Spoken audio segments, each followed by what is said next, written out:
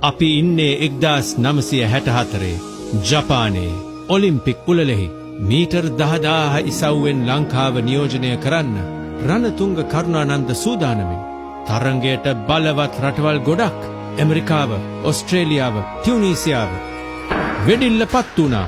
එක පුකුරට හැමෝම දුවනවා. කරට කර හිටපු තරඟකරුවෝ දැන් ටිකෙන් ටික ඈත් වෙනවා. පොඩි අසනීප ගතියක් තිබුණත් කරුණානන්ද නෙමෙයි ඒ ගැන හිතන්නේ. වට 10ක් අවසන්. අපේ කරුණානන්ද අන්තිමයා.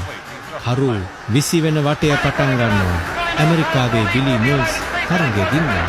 දෙවෙනි තුන්වෙනි ස්ථානත් තෝරා ගන්නවා. නමුත් අපේ කරුණානන්ද විතරක් තවමත් තරඟ බිමේ.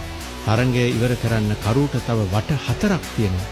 සියලුම ක්‍රීඩකයෝ දැන් තරඟය අතහැරලා කරුණානන්ද විතරක් උපරිම ජවයෙන් දුවනවා.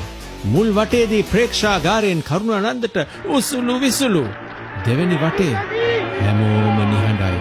පොඩි අත්කුඩියකුත් ඇහෙනවා.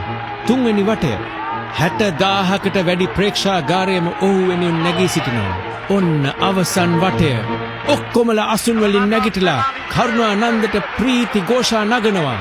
Come on Ceylon, come on Ceylon. තරංගය දැන් ඉවරයි. පළවෙනියා බිලි මිල්ස් මෙහෙම කියනවා. රන් පදක්කම අයිති මට නෙමෙයි කරුණානන්දටයි. අදටත් ඔලිම්පික් ඉතිහාසයේ විශිෂ්ටතම පරාජිතයාගේ ගෞරවය කරුණානන්දට. දෙවැනි ලෝක යුද්ධයෙන් විනාශයට පත් ජපානයට කරු විශිෂ්ට ආදර්ශයක්. ජපන් පාසල් පෙළපොත්වලට කරුගේ කතාව ඇතුළත් වෙනවා. නමුත් අපි කරු වෙනුවෙන් කිසි දෙයක් කළේ නෑ. ඔහුගේ පවුලට හිමි වුණේ දුක්බර ජීවිතයක්. නමුත් කරු අපිට කියපු දේ අදටත් රැවුදෙනවා. විශිෂ්ට පරාජයන් ඇතුලේ අති විශිෂ්ට ජයග්‍රහණයන් හුඟක් හැංගිලා තියෙනවා.